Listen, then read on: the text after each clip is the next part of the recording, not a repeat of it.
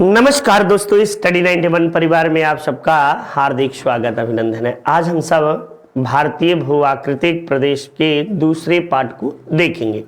पहले पार्ट में हम सबने आपको उत्तर भारत का पर्वतीय क्षेत्र के विषय में अध्ययन किया था। आज बाकी के 3 क्षेत्रों या 4 क्षेत्र जो छोटे छोटे हैं अध्ययन करेंगे, जिसमें हम उत्तर भारत का विशाल मैदान बात करेंगे, दक्कन का पठार बात करेंगे, तटीय प्रदेश को बात करेंगे, द्वीपीय स्थिति बात करेंगे और मरुस्थलों के विषय में भी हम सब चर्चा परिचर्चा करेंगे। तो शानदार तरीके से स्टडी 91 परिवार के साथ आप सबको जोड़ने के लिए तहे दिल से शुक्रिया। आइए हम सब एक महत्वपूर्ण शानदार श्रृंखला के साथ जुड़े और देखें कि किस तरीके से आपको जो है कि भारत में आपको भौगोलिक स्थिति का विस्तार जो है किस रूप में हुआ, यानी भौतिक भू आकृति की संरचना भारत में किस तरह की पाई गई। पहले भाग में हम सबने देखा था उत्तर भारत का पर्वतीय क्षेत्र, जिसमें हिमालय के विषय में हम सबने गहराई से अध्ययन किया था। चलिए आज शुरू करते हैं शानदार आपको महत्वपूर्ण प्रश्नों की श्रृंखला। यहाँ पे हिंदी आपको इंडिविजुअल के शानदार बैच नितिन सर के द्वारा पढ़ाया गया है। ये बैच मात्र और मात्र 999 रुपए में हमारी संस्था उपलब्ध कराती है। हिंदी के बादशाह से हिंदी पढ़ रहे हैं, ये बात याद रखिएगा, ठीक ना। और हिंदी क्या सभी विषय एकदम शानदार तरीके से आप जबरदस्त तरीके से नितिन सर के द्वारा पढ़ाया जाता है, आप उसे जरूर से पढ़ें। नेक्स्ट देखिए यूपी टेट, ये जबरदस्त श्रृंखला यूपी टेट की। यूपी टेट जो है 999 रुपए में हमारी संस्था यूपी टेट उपलब्ध कराती है। यूपी टेट उनके लिए जो कि आपको जो है कि बीएड या बीटीसी की परीक्षा को पास कर चुके हैं या तृतीय या चतुर्थ सेमेस्टर में हैं, वे लोग आपको जो है कि टेट के एग्जाम को दे सकते हैं, ठीक ना। तो चलिए शानदार तरीके से टेट की श्रृंखला के साथ जुड़िए मात्र 999 रुपए में। यदि वे अभ्यर्थी जिन्होंने टेट बहुत अच्छे मार्क्स से पास किए हैं और टेट को क्वालिफाई करें, तो उनके लिए आपको जो है सुपर टेट की श्रृंखला हमारी संस्था उपलब्ध कराती है। 1799 रुपए में सुपर टेट श्रृंखला उपलब्ध कराई गई है। सुपर टेट उनके लिए है बाबू जिन्होंने आपको जो है कि टेट को क्वालिफाई कर लिया हो और शिक्षक प्राथमिक शिक्षक बनने की दिशा में ये अंतिम प्रयास आपका माना जाएगा। और इसके बाद यदि मार्क्स बहुत अच्छे आते हैं आपके, तो आप मेरिट लिस्ट में आते हैं, आप प्राथमिक शिक्षक बन जाएंगे। आरो की शानदार श्रृंखला 499 रुपए में, ये आरो हिंदी की है, ठीक ना। हिंदी की आरो की श्रृंखला है और नितिन सर के द्वारा ये पढ़ाया गया है। एसएससी जीडी 699 में और आपको वीडियो के मॉक टेस्ट जो है ये शानदार तरीके से आपको उपलब्ध है। तो वीडियो के मॉक टेस्ट को आप परचेज कर सकते हैं। 249 रुपए में वीडियो मॉक टेस्ट आपको मिलेंगे।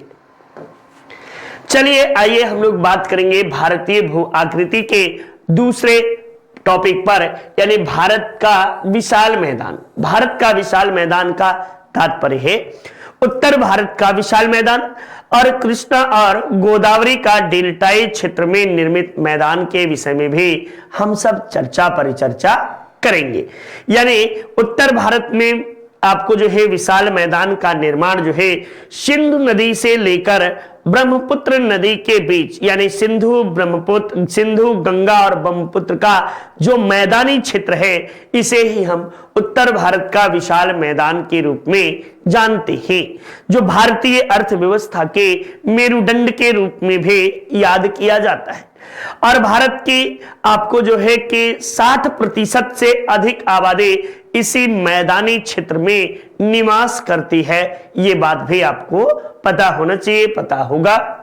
नेक्स्ट देखिए, यह मैदान उत्तर पर्वतीय भाग और दक्षिण के पठारी भाग के मध्य फैला हुआ है, यानी हिमालय का गिरिपाद भाग से लेकर आप कह सकते हैं नर्मदा नदी के मुहाने तक आपको जो बीच का क्षेत्र है, इसे ही हम मैदानी क्षेत्र के रूप में जानते हैं, ठीक ना। इस विशाल मैदान का निर्माण नदियों द्वारा बहाकर लाए गए निक्षेपों से हुआ है, यानी मिट्टी उट्टी जो भी निक्षेप है उसके द्वारा इस विशाल मैदान का निर्माण हुआ है।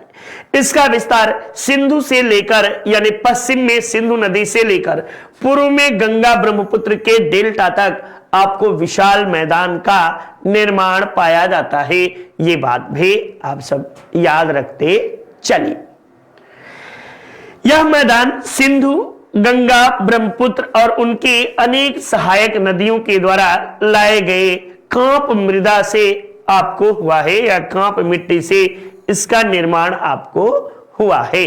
तो ये एक तरीके से यदि आप मैप पर आओगे तो मैप की दृष्टि से देखोगे तो आपको जो है हिमालय का गिरिपाद भाग और नर्मदा नदी का आपको जो है कि भ्रंश, इनके बीच जो मैदान पाया जाता है उसे ही हम भारतीय उत्तर भारत का विशाल मैदान के रूप में याद करते हैं। इसका निर्माण हिमालय की उत्पत्ति के बाद हुआ है।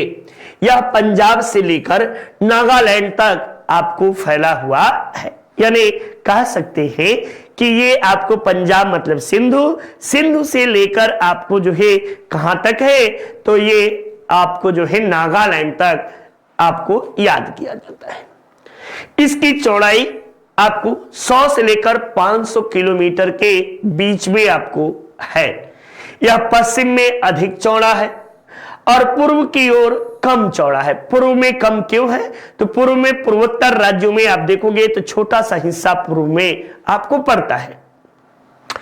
इसकी ऊंचाई सामान्यतः 25 मीटर से कम है, यानी समुद्र तल से ये 25 मीटर से कम की ऊंचाई पर स्थित है। इसकी पश्चिमी सीमा राजस्थान के मरुस्थल में विलीन हो गई है, ठीक ना। मिट्टी का विशेषता के आधार पर इस मैदान को मुख्यतः 4 भागों में विभाजित किया गया है। भाबर, तराई, बांगर और खादर प्रदेश के रूप में इसे विभाजित किया गया है। आइए हम सब बात करेंगे भाबर प्रदेश के। इसका निर्माण हिमालयी नदियों के द्वारा लाए गए बजरी, जिसे हम कंकड़ युक्त मिट्टी के नाम से जानते हैं, कंकड़ पत्थर के निक्षेपों के फलस्वरूप हुआ है। इसे very very important line, IMP line कर लीजिएगा, ठीक ना। इसे क्या कहते हैं? शिवालिक का जलोढ़ पंख के रूप में जाना जाता है। इसे शिवालिक का जलोढ़ पंख भी कहा जाता है। इसका विस्तार सिंधु नदी से लेकर तीस्ता नदी के बीच में आपको हुआ है। ये सिंधु कहां है? तो पंजाब में है। और तीस्ता कहां है? तो आपको असम या सिक्किम, ठीक ना, असम सिक्किम आपको जो है असम में आपको जो है ये पाया जाता है, ये याद रखिएगा। तीस्ता आपको जो है कि ब्रह्मपुत्र की सबसे बड़ी सहायक नदी में से एक मानी जाती है। दूसरा हम लोग बात करेंगे तराई प्रदेश की बातें। इसका निर्माण भावर प्रदेश के ठीक दक्षिण में हुआ है। भावर प्रदेश के ठीक दक्षिण में तराई प्रदेश का निर्माण आपको हुआ है। यह निम्न समतल मैदान है जहां नदियों का पानी बहकर दलदली क्षेत्र का निर्माण करती है। यह बात आप याद रखिए। यहां जैव विविधता का विशाल भंडार पाया जाता है। ये बात भी आप सबके लिए जबरदस्त तरीके से, यानी तराई क्षेत्र में जैव विविधता आपको बहुत अधिक पाई जाती है। तराई प्रदेश उसे बोलते हैं जो हिमालय का गिरिपाद क्षेत्र जो है नीचे का भाग, उसे ही हम सब तराई क्षेत्र के रूप में याद करते हैं। नेक्स्ट बांगर प्रदेश। बांगर प्रदेश उसे कहते हैं जहां पे नदियों के द्वारा लाई गई पुरानी मिट्टी, पुरानी जलोढ़ मिट्टी जहां निर्मित है उसे हम लोग बांगर कहते हैं। और नदियों के द्वारा लाई गई नवीन मिट्टी को हम लोग खादर के रूप में जानते हैं। ये बात भी आप याद रखिए। ये आपको कम उर्वरा होती है, ये कम उर्वरा होती है, उर्वरा होती है। इसमें चूने की प्रधानता आपको पाई जाती है। ये बात भी आप याद रखिए बांगर प्रदेश में। वहीं पे इसमें आपको ये अधिक उर्वरा होती है। और इस तरीके से आप सबने देखा कि 4 भागों में आपको जो है उत्तर के विशाल मैदान को विभाजित किया गया। अपनी हिंदी शानदार और जबरदस्त तरीके से नितिन सर के द्वारा पढ़ाया गया है। ये मात्र 299 रुपए में आपको ये किताब लिखी गई है, तो आपको जबरदस्त तरीके से इसे परचेज कर सकते हैं और अपनी तैयारी की गुणवत्ता में वृद्धि कर सकते हैं। ये वीडियो की क्लास है, किताब है, क्लास नहीं किताब है, ठीक ना। मात्र 999 रुपए में इसके साथ आपको प्रैक्टिस सेट भी दिया जाता है, ठीक ना।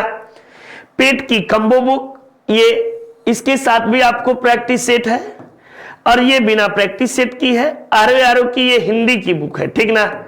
ये हिंदी की बुक है, जल्द ही आपको जीके जीएस की भी मिल जाएगी।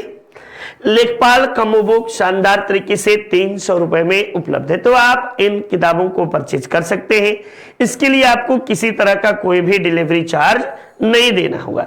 यदि कोई समस्या आ रही हो तो 7007734525 पर आप कॉल कर सकते हैं और संपर्क भी कर सकते हैं। देखिए, आइए बात करते हैं तीसरी महत्वपूर्ण प्रायद्वीपीय पठार के विषय में हम सब बातें करेंगे। पहले क्या बात की, पहले हिमालयन क्षेत्र के विषय में, दूसरा उत्तर भारत का हिमालयी क्षेत्र, दूसरा हम लोग उत्तर भारत का विशाल मैदान की बातें की, तीसरे में हम लोग प्रायद्वीपीय पठार के विषय में चर्चा पर चर्चा करेंगे। इसकी आकृति जो है अनियमित त्रिभुजाकार प्रकार की आकृति आपको जो है। इसका आधार दिल्ली एवं राजमहल की पहाड़ियों के बीच उत्तरी मैदान की दक्षिणी सीमा से कन्याकुमारी तक इसका आपको विस्तार है। यानी कह सकते हैं कि नर्मदा नदी के उस पार, ठीक ना, नर्मदा के उस पार से लेकर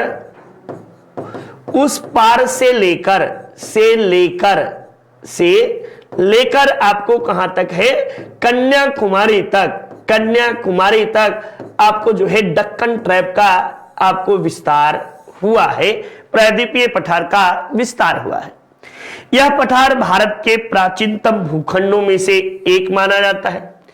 इसकी समुद्र तल से औसत ऊंचाई 600 से 900 मीटर के आसपास आपको आती है। यह तीन ओर से पर्वतों से घिरा है, ठीक ना। तीन ओर से कैसे पर्वत से घिरा है, तो ये देखो ऐसे, इस तरह से, ठीक ना। यदि भारत को जब हम बनाते हैं भारत का मैप, तो आप ऐसे जब जाओगे तो इधर आपको जो है, इधर पश्चिमी घाट, इधर आपको पूर्वी घाट, ठीक ना। और ये आपको पूरा भाग जो है, ये बीच का, ये त्रिभुजाकार जो आकृति बन रही है, ये बीच का भाग जो है, इसे ही हम क्या कहते हैं, प्रायद्वीपीय पठार के रूप में इसे याद करते हैं, ठीक ना। ये बीच का भाग जो है, ये ही, ठीक ना, ये बीच का भाग, इसे ही हम प्रायद्वीपीय पठार के रूप में याद किया जाता है। ये बात आप याद रखो, ये प्रायद्वीपीय पठार है, ठीक, महत्वपूर्ण रूप से यही है। इधर क्या है, तो इधर आपको सतपुड़ा एवं विंध्य पहाड़ जो है, पहाड़े, ये तीन ओर से आपको जो है घिरा हुआ है। पश्चिमी घाट से, ये पश्चिमी घाट से, इधर पूर्वी घाट से, और इधर सतपुड़ा एवं विंध्य पहाड़ी से घिरा हुआ है। तो ये बातें मैंने यहीं पे बताया कि इसके आपको जो है तीन ओर से पर्वतों से घिरा है। नेक्स्ट देखो, उत्तर में दक्षिण की लंबाई 1600 आपको जो है 1600 किलोमीटर है, और पूर्व से पश्चिम में इसकी चौड़ाई 1400 किलोमीटर है। नर्मदा एवं ताप्ती नदी घाटियों ने इसे दो असमान भागों में विभाजित किया है। उत्तरी भाग को मालवा का पठार कहते हैं, और जबकि दक्षिणी भाग को दक्कन ट्रैप के नाम से जानते हैं। ये बात भी आप याद रखो, देखते चलो। नेक्स्ट, दक्कन का पठार, ठीक ना, इसे विशाल प्रायद्वीपीय पठार के नाम से हम लोग जानते हैं। क्या कहते हैं, विशाल प्रायद्वीपीय पठार। दक्षिण भारत का मुख्य भाग इसी पठार पर आपको स्थित है। इसकी आकृति त्रिभुजाकार है, 3 भुजाओं वाला है। इसका निर्माण क्रीटेशियन युग में आपको इयोसीन काल में लावा के निक्षेपण के फलस्वरूप आपको जो है इस पठार का निर्माण हुआ है। मुख्यतः महाराष्ट्र, गुजरात, मध्य प्रदेश, कर्नाटक, आंध्र प्रदेश राज्य जो है इस पठार की श्रेणी के अंतर्गत आपको आते हैं, दक्कन के पठार के अंतर्गत। प्री कैम्बियन काल में अरावली पर्वत का उत्थान हुआ तथा कैम्बियन काल में विंध्य पर्वत का उत्थान माना जाता है और इन्हीं पर्वतों के काल के बाद आपको जो है इयोसीन काल में आपको जो है कि इसका निर्माण हुआ। अपेक्षाकृत नए उत्थान का प्रमाण पालनी एवं नीलगिरी पहाड़ियों में आपको मिलता है। पठार के उत्तर पश्चिम में दरारी उद्भेदन द्वारा लावा के प्रवाह से दक्कन ट्रैप का निर्माण हुआ, ठीक ना। यानी कह सकते हैं कि दक्कन ट्रैप जो है ये आपको जो है दक्कन पठार का निर्माण जो है होता है, ठीक ना। ये देखिए मालवा का पठार और दक्कन ट्रैप के विषय में हम सब बातें करेंगे। पश्चिम में अरब सागर खंड के अवतलन के कारण हिंद महासागर का जल भूभाग पर आ गया, जिसे अरब सागर के नाम से जानते हैं। ये बात भी याद रखिए। गोदावरी नदी इसे 2 भागों में बांटती है, एक तेलंगाना का पठार और दूसरा कर्नाटक का पठार के रूप में भी इसे हम सब जानते हैं। याद करते चलिए, देखते चलिए। आरओ समीक्षा अधिकारी जबरदस्त तरीके से आपको जो है कि हमारी संस्था के द्वारा बैच दिया गया है, आप इसे परचेज कर सकते हैं और पढ़ सकते हैं। तो समीक्षा अधिकारी के लिए आप सब शानदार तरीके से स्टडी 91 परिवार के साथ जुड़िए और अपनी तैयारी अनवरत रूप से जारी रखें। आइए हम लोग बात करेंगे दूसरा प्रमुख मालवा का पठार। मालवा का पठार का विस्तार आपको जो है मध्य प्रदेश में मुख्य रूप से हुआ है। मालवा के पठार का निर्माण लावा के आपको निक्षेपण के फलस्वरूप जो है बना है और मालवा के पठार में काली मिट्टी का विस्तार सबसे अधिक हुआ है। काली मिट्टी को रिगुर मिट्टी कहते हैं और इस मिट्टी में कपास की अधिक खेती होती है, इसीलिए इसे काली कपासी मृदा के नाम से भी जानते हैं, ठीक ना। इसे क्या कहते हैं?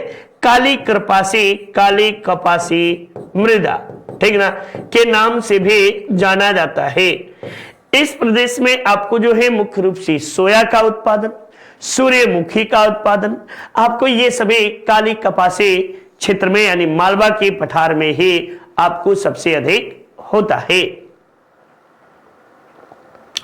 नेक्स्ट देखिए, आइए बातें करें बुंदेलखंड का पठार। बुंदेलखंड का पठार ये उत्तर एवं उत्तर पूर्व में स्थित है, यानी भारत के उत्तर और उत्तर पूर्व में स्थित है। बुंदेलखंड के अंतर्गत आपको जो है पठार में ये 9 जिले जो है, 9 जिला आपको जो है कि मध्य प्रदेश का है और लगभग 8 जिले आपको जो है कि उत्तर प्रदेश के इसके अंतर्गत आपको आते हैं। ग्वालियर, झांसी, ये सब आप सबको याद होगा, ठीक ना। ग्वालियर है, झांसी है, आपको जो है कि मेरठ है, ये सभी बुंदेलखंड के अंतर्गत, ललितपुर है, एटा है, ये सभी आपको ये इसी के अंतर्गत आपको आते हैं।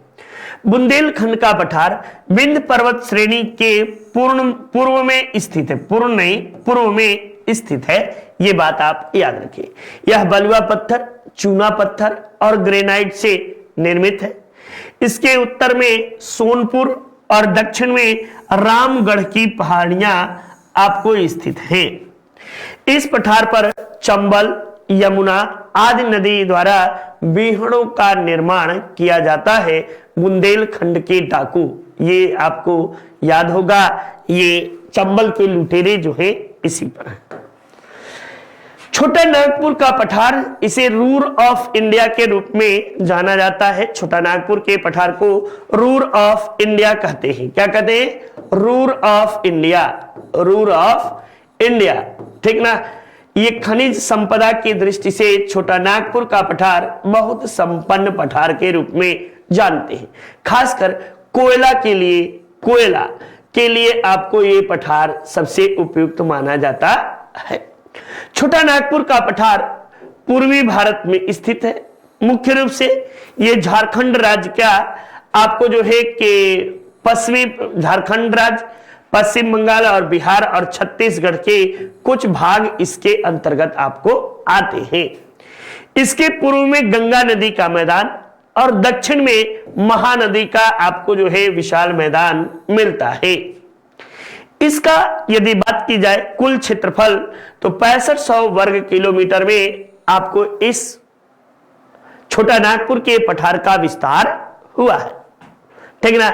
यानी मुख्य रूप से देखिए तो जब आप बिहार जाएंगे झारखंड, तो झारखंड का पलामू, हजारीबाग, जहानाबाद करें आपको जो है कि टाटा, जमशेदपुर जिसे बोलते हैं, जमशेदपुर, बोकारो, आपको ये सभी क्षेत्र जो गढ़वाल, ये पूरा इधर रायपुर तक का पूरा क्षेत्र जो है ये आपको किस में आता है, तो छोटा नागपुर के पठार के अंतर्गत ही आपको आता है। इस पठार की औसत ऊंचाई जो है 700 मीटर तक है। यह पठार खनिज संसाधन एवं वन दृष्टि से काफी समृद्ध माना जाता है। यह काफी संपन्न है, ये बात भी याद रखो। यूपी पुलिस कांस्टेबल का शानदार बैच हमारी संस्था के द्वारा उपलब्ध है। आप इसे परचेज कर सकते हैं और पढ़ सकते हैं। तो जबरदस्त तरीके से आप सब इसके साथ जुड़े रहे। आशा उम्मीद करता हूं कि चीजें आपको बेहतर तरीके से समझ में आएंगे। नेक्स्ट देखिए, आइए बातें करें। ये यूपी पुलिस कांस्टेबल का बैच है और जबरदस्त तरीके से आपको यूपी पुलिस कांस्टेबल का बैच मिलेगा। हमारी संस्था मात्र आपको 1499 रुपए में ये कोर्स उपलब्ध कराती है।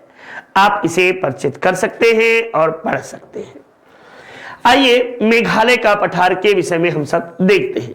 ये प्रायद्वीपीय पठार का ही भाग माना जाता है। इसकी संरचना छोटा नागपुर के पठार से मिलती जुलती है और यह राजमहल गैप द्वारा मुख्य प्रायद्वीपीय भाग से अलग हो जाता है। ये आपको कहां है, तो पूर्वोत्तर भारत में है। पूर्वोत्तर भारत में आपको मुख्य रूप से मेघालय में आपको स्थित है। ये छोटा नागपुर पठार का ही हिस्सा माना जाता है। ये बात भी आप याद रखते चलिए। आइए दूसरी महत्वपूर्ण बातों को देखते हैं। अगली टॉपिक, तटवर्ती मैदान एवं द्वीपीय समूह। तटवर्ती मैदान का मतलब है कि भारत 3 ओर से समुद्र से घिरा है, लेकिन मुख्य रूप से पूर्वी तट और पश्चिमी तट के किनारों के विषय में हम सब देखेंगे, जिसमें मालवा का पठार आपको मालाबार तट से लेकर कोरोमंडल तक के विषय में हम सब परिचर्चा करेंगे। आइए बातें करते हैं। समुद्र तटीय मैदानों को 2 भागों में आपको विभाजित किया गया है, यानी ये बात यही वाला, ठीक ना। ये आपको जो है ये और ये 2 भागों में विभाजित किया गया है। इसे पश्चिमी तट कहा गया और इसे पूर्वी तट के रूप में याद किया गया। पूर्वी तट को कोरोमंडल तट सबसे प्रसिद्ध और इधर मालाबार तट के रूप में इसे जानते हैं। आइए देखिए, ये आपको पूर्वी तट के विषय में पूर्व वाला। यह मैदान स्वर्णरेखा नदी से लेकर कन्याकुमारी तक, स्वर्णरेखा नदी जो कि उड़ीसा में आपको जाकर ब्राह्मणी के से मिल जाती है और आपको हिंद महासागर में बंगाल की खाड़ी में गिरती है, ठीक ना। स्वर्णरेखा नदी से लेकर कन्याकुमारी तक इस मैदान का विस्तार हुआ है। यह मैदान पश्चिमी तटीय मैदान की तुलना में अधिक चौड़ा आपको पाया जाता है। गोदावरी और महानदी के बीच यह पूर्वी तटीय मैदान उत्तरी सरकार तट, यानी आपको जो है उत्तरी सरकार तट कहां पे, उड़ीसा में इसे उत्कल प्रदेश के रूप में भी जानते हैं। और तमिलनाडु का पूर्वी तटीय मैदान को कोरोमंडल तट के रूप में जानते हैं, यानी ये भाग जो है उत्तरी सरकार और ये पूरा भाग जो है ये कोरोमंडल तट है, कोरोमंडल मंडल तट के रूप में इसे याद किया जाता है। तो ये बात आप याद करते चलिए, देखते चलिए। नेक्स्ट, यूजीसी नेट हमारी संस्था की ओर से जबरदस्त तरीके से पढ़ाई गई है। आप इसे परचेज कर सकते हैं और अपनी तैयारी अनवरत रूप से जारी रख सकते हैं। तो आप सबके लिए शानदार श्रृंखला मात्र 999 रुपए में हमारी संस्था आपको ये श्रृंखला उपलब्ध कराती है। तो 999 रुपए में इन श्रृंखलाओं के साथ जुड़े रहने के लिए आपको तहे दिल से शुक्रिया, धन्यवाद आप सबको, ठीक ना। तो आइए एकदम यूजीसी नेट के बैच को जरूर से परचेज करिए और अपनी तैयारी अनवरत रूप से जारी रखिए।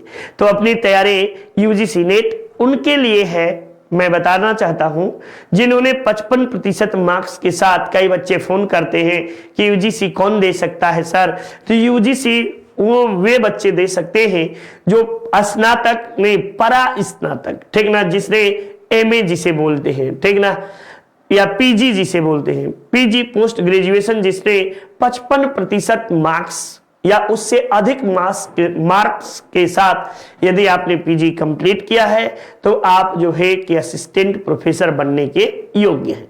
असिस्टेंट प्रोफेसर बनने की दिशा का यह प्रथम प्रयास माना जाता है, तो ये बात भी याद रखिए। अब देखो पश्चिमी तटीय मैदान, इसका विस्तार सूरत से कन्याकुमारी तक हुआ है।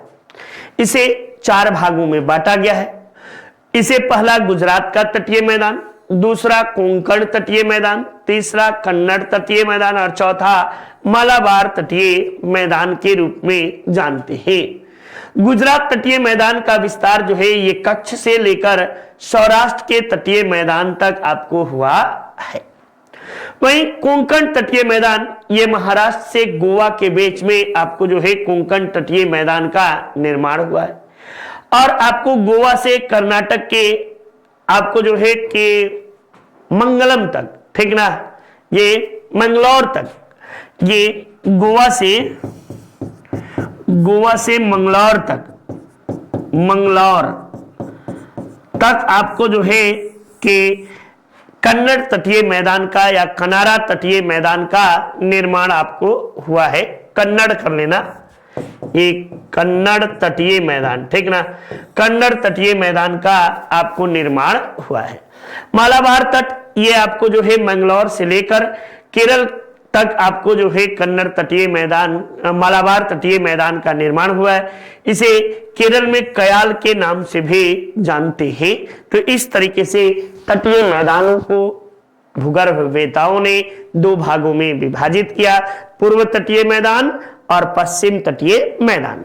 पूर्व तटीय मैदान को 2 भागों में, एक उत्कल प्रदेश या उत्तरी सरकार और दूसरा आपको जो है विभाजित किया कोरोमंडल तट। तो उत्तरी सरकार का विस्तार आपको उड़ीसा से लेकर आंध्र प्रदेश तक हुआ है, मछलीपट्टनम तक, और मछलीपट्टनम से लेकर आपको जो है कि चेन्नई तक का विस्तार जो है कोरोमंडल तट के नाम से जाना जाता है। वहीं आप पश्चिमी तट को 4 भागों में विभाजित देखें, गुजरात का तटीय मैदान, कोंकण का तटीय मैदान, कन्नड़ का तटीय मैदान और मालाबार का तटीय मैदान के रूप में हम सबने देखा। आइए हम सब द्वीप समूह के विषय में चर्चा परिचर्चा करते हैं। भारत में द्वीपों की कुल संख्या लगभग वैसे तो 1000 से अधिक है, लेकिन 247 आपको जो है मुख्य द्वीप के रूप में हैं, जिनमें से 204 बंगाल की खाड़ी में और शेष अरब सागर एवं मन्नार की खाड़ी में स्थित है। अब इन द्वीपों में हम लोग बात करेंगे अंडमान निकोबार, और आपको ये अंडमान निकोबार को और लक्षद्वीप के विषय में मुख्य रूप से चर्चा परिचर्चा करेंगे। अंडमान एवं निकोबार ये द्वीप समूह जो है 5वीं कर लो।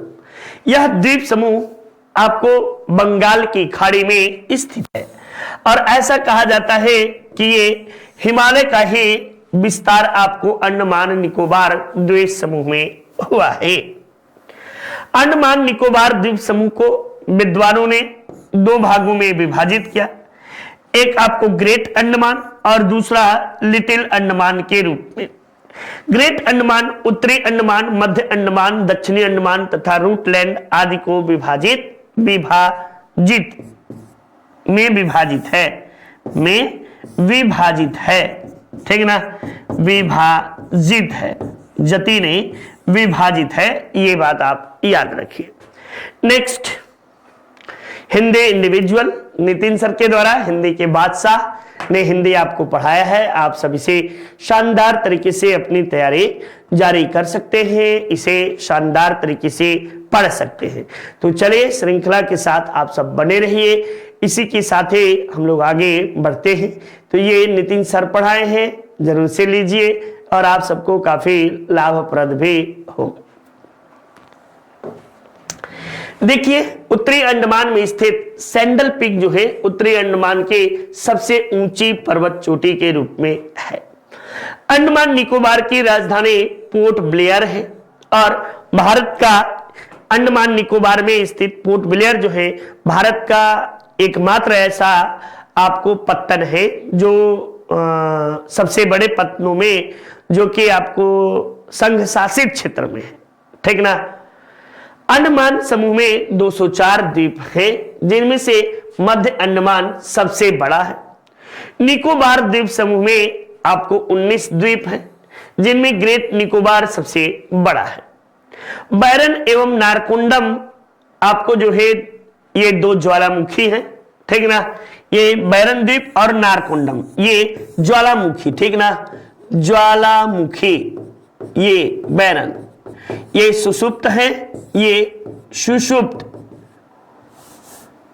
सुषुप्त, और नारकोंडम जो है ये जागृत हो गया है, जागृत, ठीक ना। तो ये याद रखिएगा, ये आपको निकोबार द्वीप समूह में ही आपको स्थित है।